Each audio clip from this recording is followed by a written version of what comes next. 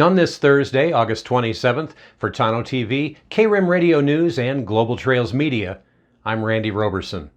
Well, despite the fact that by this time of year we're normally out of the wildfire season and into the wet monsoon season, this year's numerous wildfires continue to burn around Gila County. And thanks to some of the recent dry lightning, we have yet another wildfire that is causing residents in several rim country areas to cast a weary eye to the skies. What's being called the Hidden Fire is a lightning-caused wildfire that is burning to our east on the border of the Tano Basin and Pleasant Valley Ranger districts. Fire personnel are working to fully suppress that wildfire. The fire started Tuesday evening and has grown to 455 acres with still 0% containment.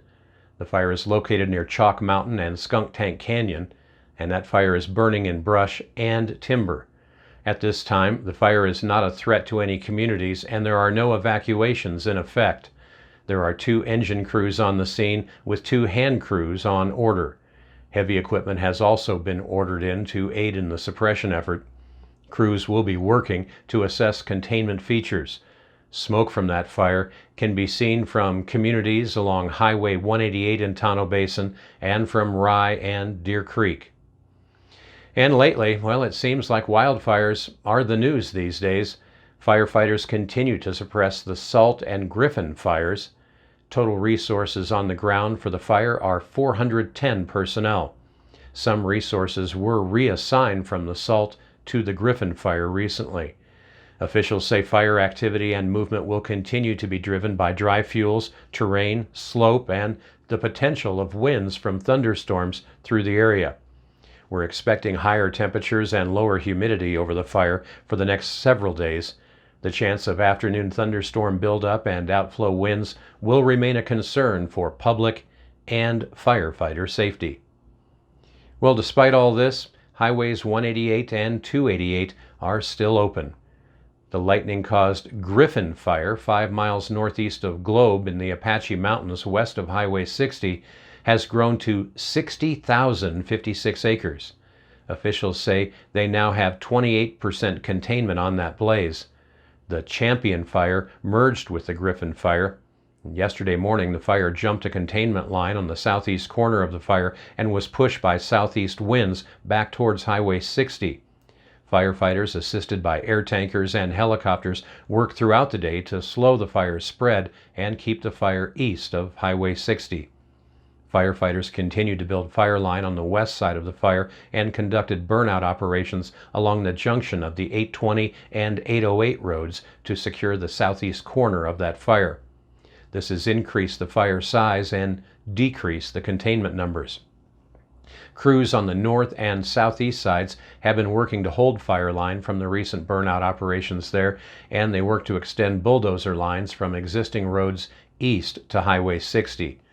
Firefighters are in place to help protect residences along that highway. The communities along the east side of Highway 60, that's north of Globe, from the ADOT yard north to Winters Ranch, including Johnson Ranch and McMillionville, are in a go evacuation status.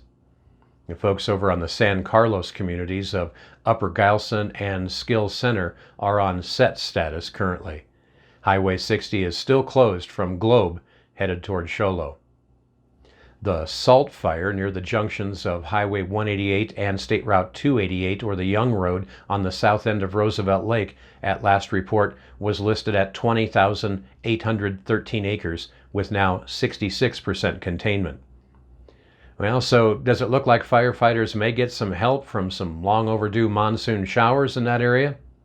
Well, we'll take a look at Rim Country weather coming up next. You're watching Rim Country News.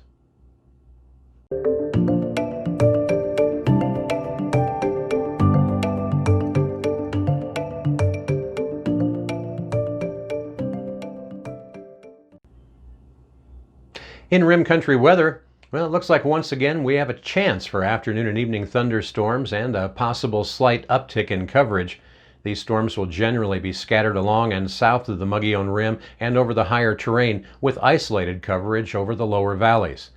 It looks like our chances for thunderstorms to build up will drop a little bit by Friday and Saturday due to a dry southwesterly flow setting up with the low off the Pacific coast. Then Sunday, the low off the Pacific coast is expected to drop farther south, increasing the monsoonal flow and associated moisture here over northern Arizona. That'll increase the convective activity across the state. Our high in Payson today should be right around 98 degrees with a 30% chance for some of those afternoon monsoon storms to cook up. Those chances for storms only reduce slightly as we head into the weekend and then are expected to pick up again on Sunday into next week when we will have slightly cooler temperatures. Up on top of the rim, they're expecting a high around 85 degrees with a 50% chance for some monsoon thunderstorm activity today.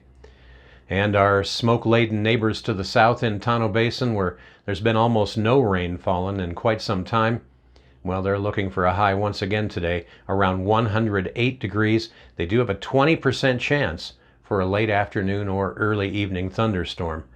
And they could sure use the moisture and none of the lightning. And that's a look at what's happening around Rim Country. For Tonto TV, KRIM Radio News, and Global Trails Media, I'm Randy Roberson. Make it a great Thursday.